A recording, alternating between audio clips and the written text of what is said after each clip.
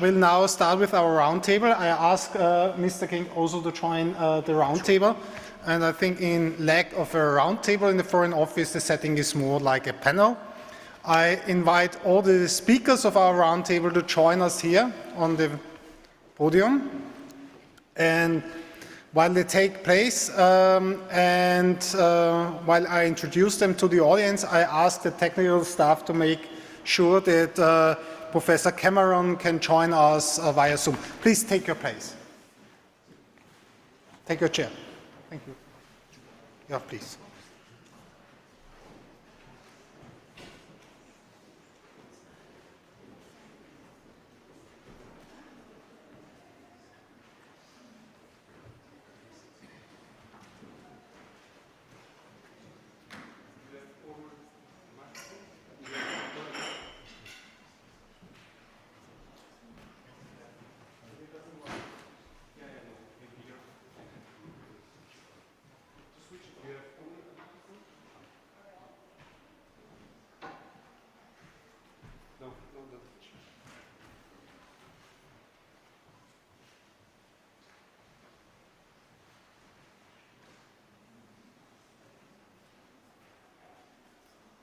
Hello. Welcome everybody to our first roundtable. I will quickly introduce our speakers. First of all, Professor Cameron, who joins us via Zoom. Hello. Professor Cameron is the former Canada Research Chair in Built Heritage at the University of Montreal. She served there from 2005 to 2019, where she directed a research program on heritage conservation. She previously served as a heritage executive with Parks Canada for more than 35 years, and she has worked with the World Heritage Convention since 1987, chairing the committee in 1990 and in 2008. I also welcome Constanze Fuhrmann. She's the head of the Unit Environment and Cultural Heritage at the German Federal Environmental Foundation, where she promotes innovative projects on topics such as climate change and sustainability in the field of cultural heritage. Prior to this, she worked in different heritage-related roles, for example, at the Fraunhofer Institute for Computer Graphics Research, where she was working at the Competence Center for Cultural Heritage Digitization. I also welcome Mr. Matthias Ripp, who is a historical geographer, and he's coordinating the old town of Regensburg with a Stadtamthof site. He specializes in integrated heritage management, heritage communication, governance and resilience of urban heritage, and he is chairing the German Association of World Heritage Cities. He is also an appointed member of the European Heritage Panel and the regional coordinator for Northwest Europe and North America in the Organization of Heritage Cities.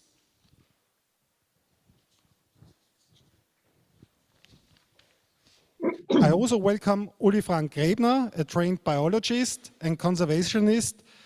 He started his career supporting Russian World Natural Heritage nominations.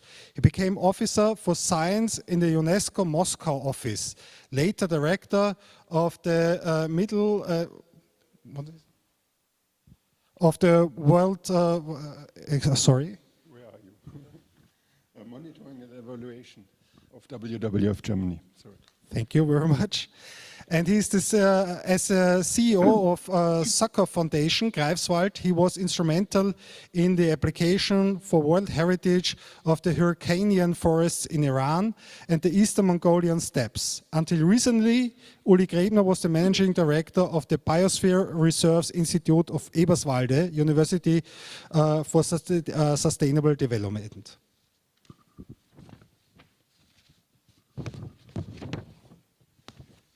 And I'm afraid that I have not a bio of you. Is this possible? Should I? Please. Please introduce yourself. Hello. My name is Christina Anner. I'm the graduate of World Heritage Studies at the BTU Cottbus. And for many years I have been the member and served on the board of the International Association of World Heritage Professionals. I'm originally from Ukraine. I'm in Germany since 15 years, but my family is still there. So will try to provide a bit of a Ukrainian perspective as to the civil society in terms of war. Thank you very much. So now we learned by your presentation that civil society is not subject but object to the World Heritage Convention. And our focus is the role, the present role and the future role of civil society regarding World Heritage. Professor Cameron, I ask you for your statement on the role of civil society now and in the future. Thank you, Professor Schipper, and good morning, good early afternoon from Canada. I'm speaking to you from Ottawa and acknowledge that I'm on the traditional territory, the unceded traditional territory of the Algonquin and Anishinaabe First Nations. I'd like to thank the German Federal Foreign Office and the Institute of Heritage Studies for this invitation. It's very interesting so far. And congratulations to you, Marie-Thérèse Albert, for your leadership over many years. I'm really happy to be among friends. I see you in the audience and join others in expressing appreciation to Birgitte for her many contributions to World Heritage. And welcome to retirement. You're going to find out it's pretty busy. I've been asked to discuss the new non-governmental organization, Our World Heritage, and its role as a tool for strengthening the protection of World Heritage as a common resource. Now, Our World Heritage is a local, global foundation that brings together heritage communities, professionals, and organizations set up to support the conservation of heritage. And our main goal is to advance our work through co-learning, and I've heard quite a few people speaking of that already, advocacy and advancing good practice. So co-learning, advocacy, and advancing good practice. The convention, and Joe has referenced this, the convention puts central governments in charge of proposing sites to the World Heritage List and accounting to the World Heritage Committee for their conservation. Generally, central governments do not directly manage these heritage places, and I think this is absolutely the same point that Joe has been making. Protection and conservation are roles that are carried out at the community and site level. There's really no specific role for civil society, for communities, and for individuals in the World Heritage processes. And indeed, the lack of civil society involvement and the prioritization of listing over the protection of heritage sites are both symptoms of an institution that is at risk of losing its global credibility and it's in need of renewal. So I would say on that point, Joe and I are fairly aligned. There are administrative and disciplinary silos that tend to separate these different entities from each other. And I have to share an early memory. In the early years, I'd say, let's say in the pre-internet world, civil society organizations, local communities, and even site managers did not know much about World Heritage. And I can recall lots of discussions in the early years about how in various parts of the world, different versions of the operational guidelines were in circulation. So nobody out there really knew what was going on and what changes had been made. There was little communication between states party representatives and local managers of World Heritage sites in their own countries. And I have to say, I attended, because I was the chairperson that year, I attended the first meeting of the site managers in the United Kingdom, site managers of World Heritage sites. It was held at York with Sir Bernard Fielden in 1991. I was astounded, really astounded, to speak with several of the site managers who all said they didn't even know that their site, the site that they managed, had been designated as a World Heritage Site a few years earlier. So that's a very different take than today, when everything is so public and is communicated so quickly. Today, information technology has really transformed communications.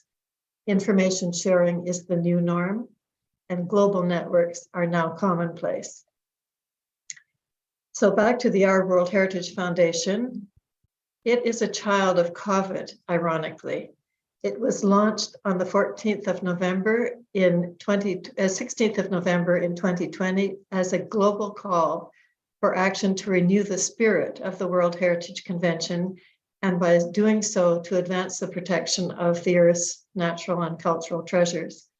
Our main mission is to raise awareness about World Heritage and address the challenges that the 1972 convention is currently facing, including all the threats and from climate change, and particularly at this particular moment of conflicts. Our World Heritage aims to maintain the relevance of the convention and its ability to protect our heritage for the next 50 years. So it's really looking forward. Now, this nascent NGO has championed the use of technology to build its network. As a result of COVID lockdowns last year, many people around the world were at home and available to participate virtually. In fact, one can argue that Zoom has leveled the playing field and made participation from all regions of the world a reality. It's been a wonderful experience to meet so many new people new to me at any rate, in terms of World Heritage. The foundation has a volunteer board and advisory committee, and it also has a youthful and energetic global outreach team. In 2021, which was the first year of its existence, our World Heritage developed a year-long series of debates featuring a different theme each month. Themes included the transformational impact of information technology, new heritage approaches, sustainability, of course, as well as things like disasters and pandemics. We held more than 150 online meetings, webinars, and workshops, organized actually by different regional groups and institutions, so it was very distributed, to address critical issues of World Heritage conservation. Over 600 participants were directly involved as presenters. The reach of these debates has been impressive. And for just one example that I happen to have at my fingertips was the initial information technology Globinar. The title was the transformational impact of information technology. We held a Globinar, which was held in a 24-hour period over 5 different time zones, and we managed to have an audience of over 800 people.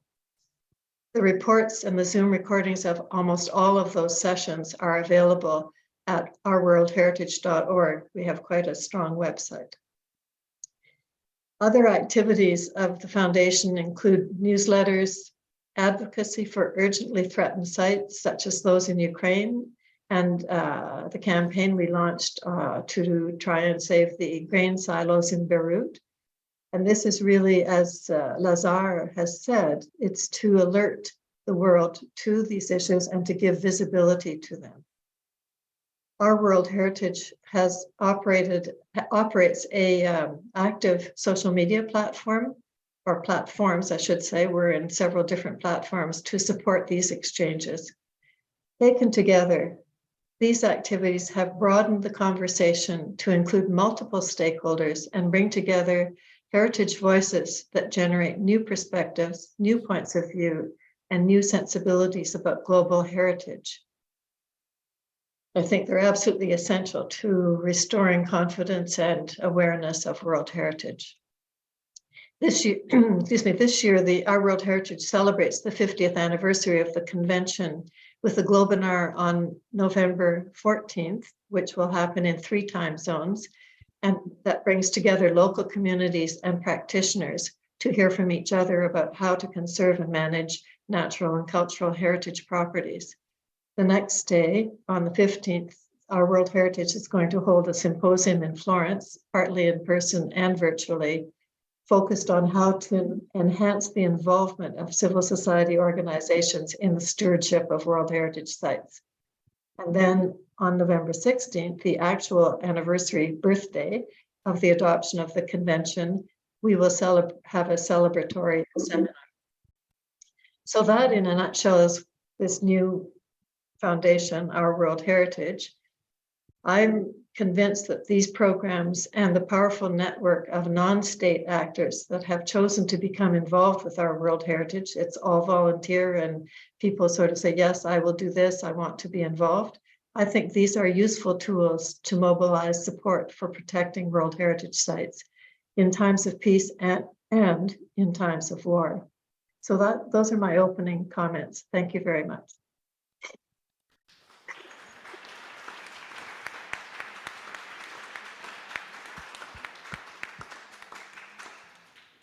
Thank you very much. You, amongst others, stressed the issue of communication in terms of the involvement of civil society. Internet changed, of course, a lot. I want to point out another aspect, that is mobility and transport, which makes it much easier today than, let's say, 50 years ago for civil society actors, for volunteers to travel and participate in meetings, for example, or to visit sites. The next speaker is Uli Grebner.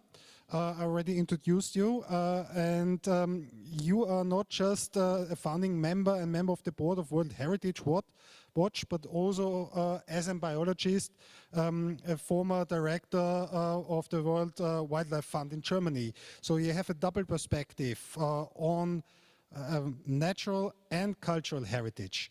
What is your view of the involvement of civil society in regard to the World Heritage Convention? Thank you very much. So to start with, cultural heritage is not my specialty. I come from the natural side, clearly. I represent here today World Heritage Watch, a small Berlin NGO, but a huge global network, a network of engaged civil society actors around the globe interested in World Heritage. Now, I have the feeling Mr. King already made my speech, and there's little to add. That was very good and very much along the lines that I would have argued myself.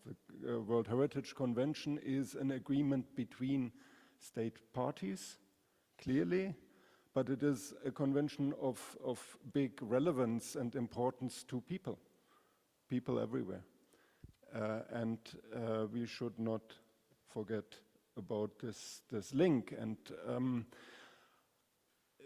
currently I see the situation as if it is the state parties that prepare the nominations, it is the state parties that take the decisions, and it is the state parties that benefit most from being on the list.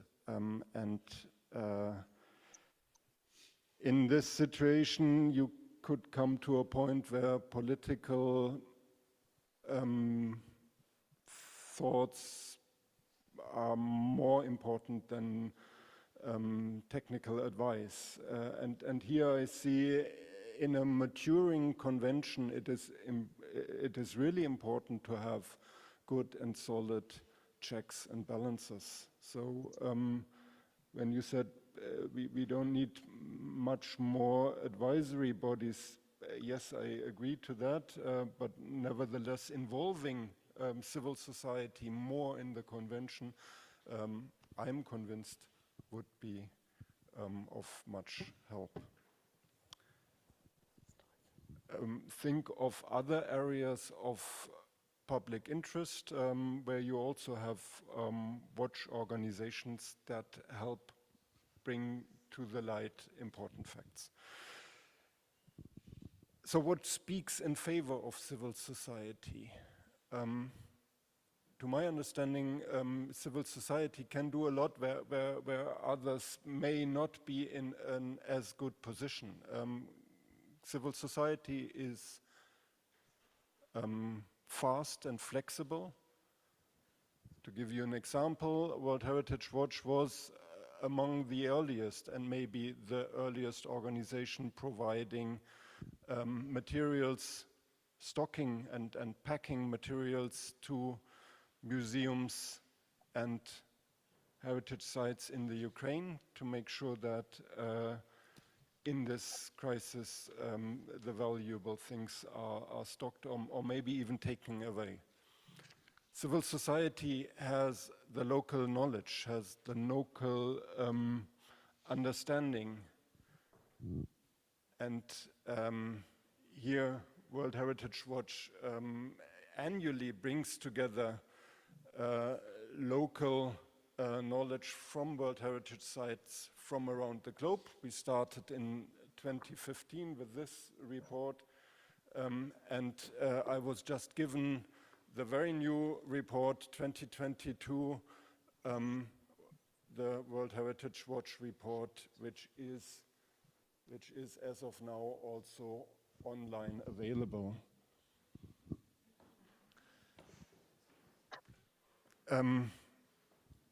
In this way, World Heritage Watch or civil society can help the operational implementation of the convention. But I also think that that civil society can bring or can help shaping the future of the convention. And here again, just a small example, the Potsdam Papers, where civil society made proposals on how to improve the convention and what important steps should be taken. I'm receiving your signs.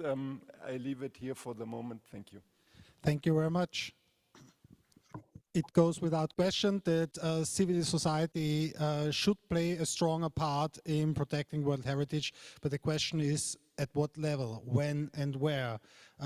You stress the reality that state parties are covering most of the process.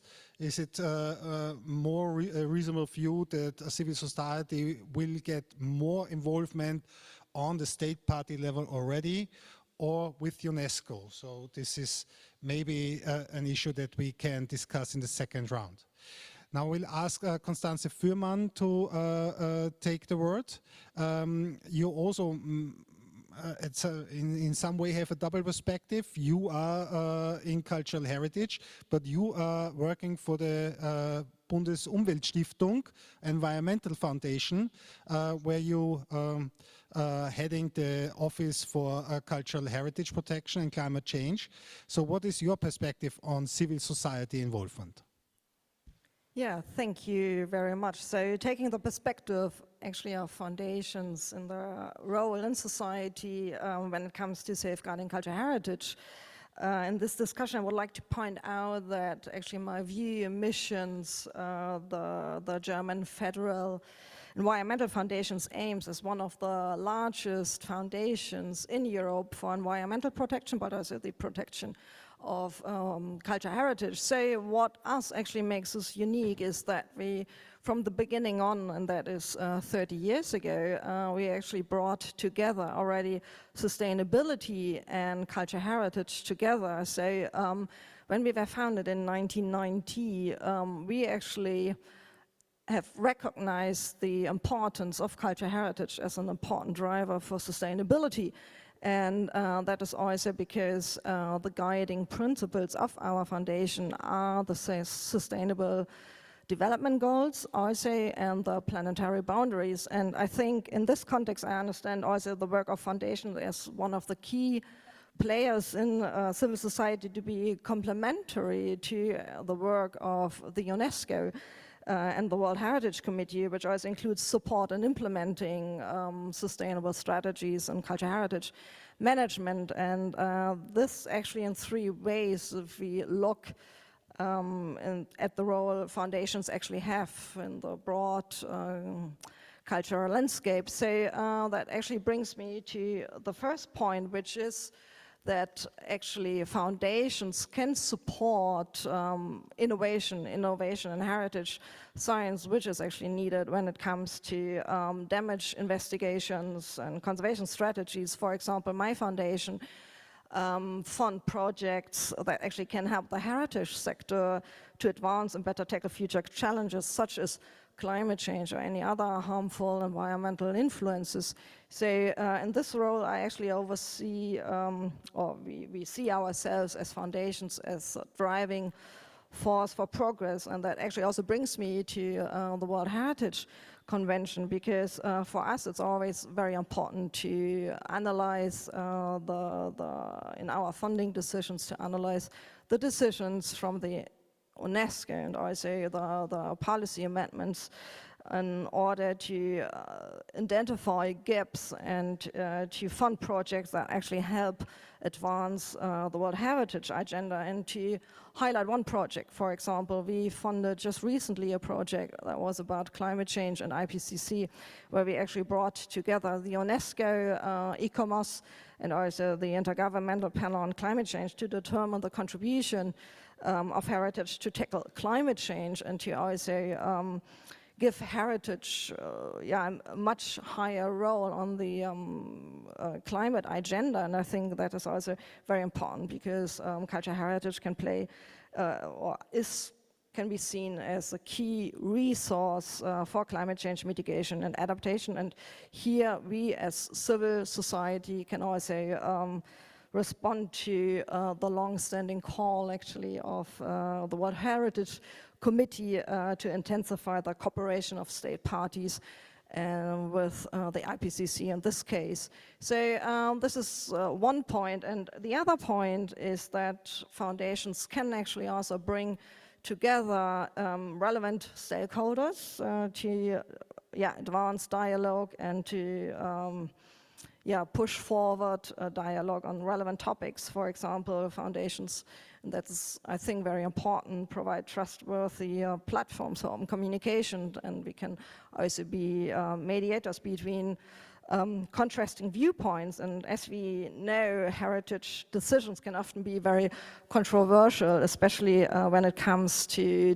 balance different perspectives around sustainability and the 3 or 4 pillars of sustainability and the different SDGs, and which of course also face an increasingly problems in the context of the World Heritage management. And here we as foundations can actually provide dialogue, we can actually initiate special funding schemes, clusters or dialogue formats to on topics that we think are important to work on in order to improve dialogue for better decision making and practice. So this is also one point, and the last point I think, which is very important, is that we as foundations can also enable the wide dissemination of knowledge around important heritage developments and new approaches. For example, my foundation does this by enabling different kind of education projects when it comes to educate the young people, the young generations, but also the professional. For example, we have one education project that empower young people to protect World Heritage sites and to understand the impact of climate change on World Heritage. And I think this is very important, and it's also a totally new approach, because the potential of World Heritage sites as places of learning has not been anchored clearly in education for sustainable development strategies on one hand side. And the other hand side is that according to the World Heritage Commission, also World Heritage sites have an educational purpose, an educational mandate, and this is also something that has not broadly considered yet.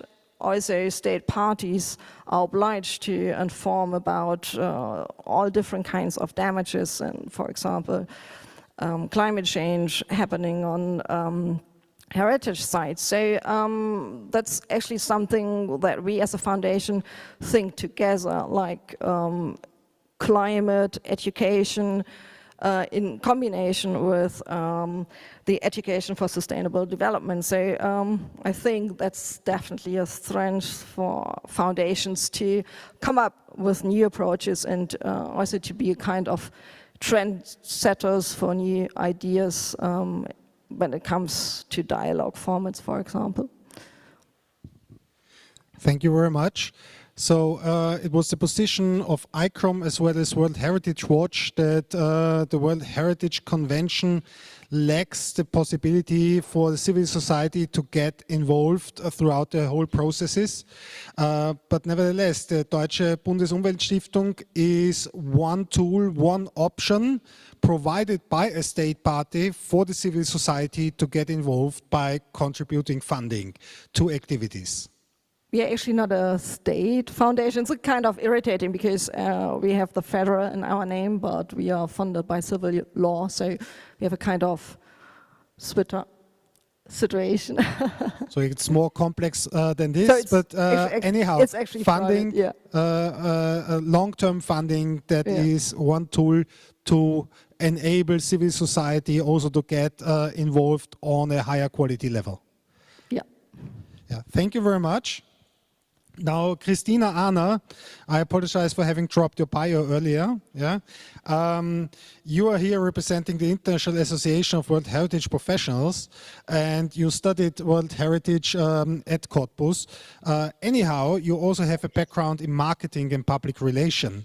Maybe this also adds to our insight of civil society getting involved in such processes. I ask for your words, please. Definitely, thank you very much. I would like to start by recapping shortly how the civil society in Ukraine reacted to the cultural destructions from the beginning of war and how the civil society was changed. So, as you know, February 24th, the Black Day for Ukraine, the destruction of cultural property and looting of Ukrainian museums started pretty much right away from the beginning. And right away, the international response was immense, and we are still so grateful for that. All the major players, including UNESCO, ICOMOS, ICROM, Blue Shield International, Europa Nostra, Deutsches Archäologisches Museum, they were all involved in trying to participate in the rescue initiatives, in funding initiatives, in evacuation initiatives from the Ukrainian churches, museums, exhibitions, and all other types of cultural institutions. Unfortunately, despite that, until now there has been more than 500 Ukrainian cultural objects damaged or completely destroyed. Most of them are churches and religious institutions. There are around 31 museums damaged or completely destroyed, 45 monuments, and 87 libraries, theaters, and cultural institutions. Moreover, there are more than 7% of all Ukrainian heritage objects that are located on the temporary occupied territories, and there is unfortunately no access to information as to what is happening with them or what their fate will be deemed to be by the occupants. And it is important to know that the goal of this destruction is not random. The Russia is doing that with the particular goal in mind, that is no Ukrainian cultural heritage equals no cultural memory and no Ukrainian identity. And they know that even if Ukraine wins the war, but the culture loses and the Ukrainian language disappears, there will be no Ukraine. There will be no Ukrainian DNA. So in many cases, the reports are that the Russian agents walk into Ukrainian museums with the particular list of objects they are taking with them, and they have the list of names of people related to Ukrainian museums that they want information from. So in many cases, these attacks are planned. Not always. We know that sometimes rockets just fall where they fall, but there are more than enough reason to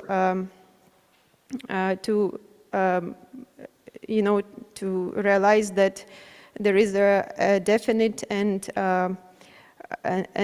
particular goal that they are trying to achieve here, which is the destruction of Ukrainian national memory. The response of Ukrainian Ministry for Culture and Information Affairs has been pretty fast. On the March 9th, so 2 weeks after the beginning of war, they established an open source for all citizens where they could upload any kind of information related to the witness of cultural destruction. So any kind of photos and testimonies could be uploaded, and then they will be verified by the ministry, and then they will be forwarded to the International Criminal Court in Hague for further investigation. There also has been a chatbot Telegram channel established, which is open again to all the people to share their witness testimonies that they live through. And the response has been immense. People are responding with their testimonies, and moreover, there has been a shift in cultural awareness in Ukraine. As for example, more and more people are switching nowadays to Ukrainian that have previously been Russian speaking in an attempt to distance themselves from anything that is Russian. And there has been a surge of cultural awareness which is expressed in people's raising interest to Ukrainian history and culture. So if you visit any Ukrainian online bookstores or a lot of books on Ukrainian history, language, culture are being sold out. All the children's books in Ukrainian language are sold out, especially abroad. As you know, many Ukrainian refugees are women who arrived here with children, and they're attempting the best they can to keep their child, to give him the sense of this being Ukrainian, even if they're not at home at the moment. And there has been a surge of new technology involvement in this whole process. If you look at the Ukrainian YouTube channel, it has bloomed in the last several months. There has been so many Ukrainian-speaking channels established since the beginning of war, and they have become so popular so fast. And they're not only entertaining YouTube channels, they are also the ones focused on history, culture, on modern Ukrainian literature, and so on.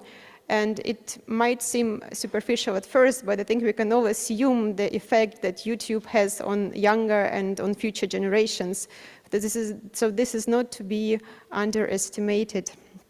And there has also been a lot of citizen initiatives established in an attempt to preserve Ukrainian heritage. One of the most successful of them is called HERI, or Ukrainian Emergency Response Initiative, which has been funded by UNESCO, ICOMOS, and several other international institutions. This is one of the biggest initiatives in terms of memberships.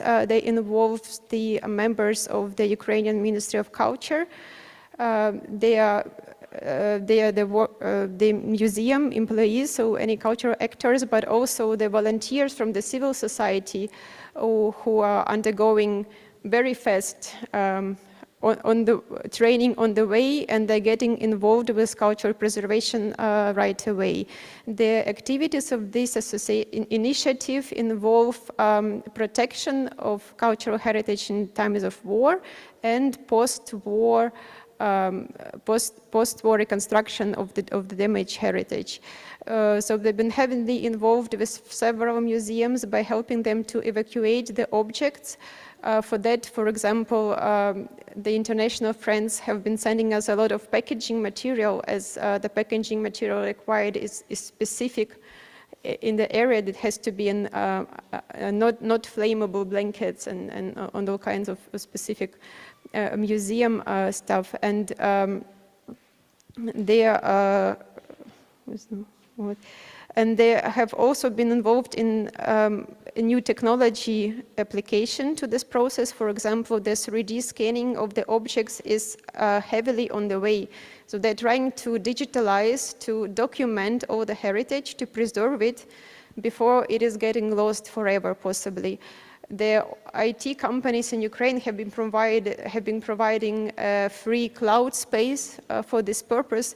So there has basically been a lot of cross-sectoral initiative coming this way, and the civil society is getting involved the best they can. Another thing is that the idea is getting deep down inside our conscience that if we cannot preserve the heritage, at least we should build an evidence base so that accountability should be ensured. I think we all know that Russia has been getting away with a lot of stuff too many times, and we hope that at least these horrific events nowadays will finally lead to some kind of accountability that will be taken. Yeah, thank you very much. So one of the lessons learned, sad lessons learned, or lessons learned under these sad circumstances is that the safeguarding and protecting of cultural heritage in the Ukraine is unthinkable without an active civil society. Although, of course, the governmental organizations are playing their role, but civil society is playing a major part in protecting heritage. And also, it's my experience from an Austrian viewpoint that all the aid from Austria is performed by civil societies and less by the governmental sector. Yeah? Thank you very much. And I think this example is also something that should be taken into account when we systematically think through how do we have to change the system when we talk about the civil society playing a major role in future. This is a very important argument, the case of the Ukraine. Yeah. Now, Matthias Ripp, you are representing the Organization of Heritage Cities here. What is your view on the involvement of civil society? What is your perspective? What are your lessons learned from your daily work? And maybe also your perspective on the Ukraine, if you can. Yeah, thank you so much. So representing here urban heritage sites, the situation is maybe a little bit different, because cities are made from civil society. I mean, civil society is an essential part of the cities. And in cities, we have a long experience in how to involve the civil society when it comes to urban planning projects, etc., etc. Regensburg is maybe a very specific case. We have an extremely strong civil society, and it regularly happens that the civil society stops by public vote projects that the local government thinks are very positive. So there is, I think, a strong role for the civil society, and for example, we see a tendency in the preparation of management plans to involve the civil society already in the preparation of the plan, not only in the implementation, and I think this is worthwhile to follow up. Maybe some principal ideas. I think this separation, this felt separation between civil society and cultural heritage also comes from a very traditional definition of cultural heritage that is mainly targeted on objects and understanding cultural heritage as things. I think if we embrace a more modern definition of cultural heritage that understands it as a system, then it is a natural thing that people, processes, values are part of this system. And I think this is where we as a sector need to look in the mirror and ask us, are we doing this enough? Because this felt separation between civil society is a result of a reductionist definition of cultural heritage from my point of view. So just one hint what we could do. We as urban heritage sites have made extremely good experiences with the concept of site managers as a focal point. In Germany, I remember with Roland Bernecke, we made the recommendation to the German UNESCO Commission for each World Heritage site to have a site manager, and it was an extreme success story. And these site managers are now the people that are concretely involving the civil society. And I think we need to strengthen the site managers, for example, by capacity building, by enabling them and train them in things like facilitation methods, because they have a key role in this whole process. And the second idea, when I read the topic of this session here, is we do a lot of things now on risk preparedness and disaster risk management. We have an upcoming training course in Vilnius for disaster risk management for site managers. And of course, we include the risks that are connected to war in this thinking. And I think this is also a worthwhile strategy, because there are a lot of resources built up and a lot of networks are dealing with disaster risk management and risk preparation. And I think we need to include the risk for war into these preparational things. And I know that from many talks with my colleagues in the cities that among the site managers there's maybe a lack of knowledge and a lack of methods. What is our role in this risk preparedness? I mean, are we only a small part of it, or do we have an active role that we need to take on? And I think this is maybe worthwhile to explore this road further. And with a view to my mobile phone and the watch, I keep it like that for the moment. Thank you so much. Thank you very much. I mean, it's sad that the war in the Ukraine forces us to rethink what we do, but anyhow, in your case, it definitely makes reason to bring in the lessons learned and to resettle ourselves what we do. Joseph King prepared the ground, so to say, for our discussion, and I asked him to conclude what we have said here on the panel in 3 or 4 sentences. Thank you.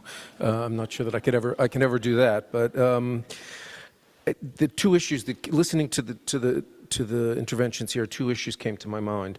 The first one was related to, and it's something that I even mentioned in my talk, but how do we get at the state party level more involvement? Actually, with Ukraine, we heard an excellent example of that. The problem that I worry about with that is that it's as a result of a particularly difficult situation, a particular conflict situation that they're having to deal with, and civil society is actually the ones that is stepping up. You know, my question, if you will, is how does that actually apply in places where they're not in conflict? But actually, we heard that already also a little bit with the Organization of World Heritage Cities, that indeed at the site level, actually there is a lot of interaction between governmental and non-governmental. I know OWHC has mayors also, so that's governmental on the one side, but then it's also working with the civil society, and I think that becomes a good example, I think, for us to look at. The second key issue for me here is how can civil society influence the system, the World Heritage System. And I want to be careful how I say this, because to me there are 2 World Heritage Systems. There's the inner system, which is the text of the convention and the text of the operational guidelines that is run by the states parties and run by the committee. And that's one level of the World Heritage System. And that's the system that ECROM operates in, and ECOMOS, although ECOMOS is an NGO, but ECOMOS operates in it and IUCN operates in it. Then there's the larger system, and the larger system is actually the management and the care of the World Heritage Sites. And the question becomes, you know, how can civil society, so in a way, actually, you have an inside and an outside, and I don't say that in a derogatory way, but ECROM is inside the system. The states parties, as committee members, are inside the system. The question becomes, how can our World Heritage, how can World Heritage Watch actually influence from outside the system? Because they are outside the system. They need to put pressure, but the question becomes, again, the decision makers are the states parties and the committee. You know, how can our World Heritage and how can World Heritage Watch influence the procedures, the operational guidelines, if you will, the procedures of World Heritage from the outside? And I think, to me, that's what needs to happen. You know, and that was my question when our World Heritage was formed. I love the idea. My question was, how are they going to be able to influence the decision making? You know, with World Heritage Watch, you know, same question. They bring together civil society from all around the world, and you have these great meetings, and you get reports from different sites and but how does that ultimately influence the committee? And I'm not actually sure. I don't have the answer to that yet. And I think that's something that we need to discuss, and I think that's something that we need to better understand. That's it was more than 3 sentences, and I apologize. Thank you. Excellent 3 to 4 sentences. Thank you very much. So time is more or less up, and now we have the choice either to drop the second round or to drop lunch. And I'm looking to Marie-Therese Albert, and she says we'll consume lunch and drop the second round. So thank you very much. Thank to all the speakers here, and thank you to Professor Cameron joining us via Zoom. Thank you very much, and see you after lunch.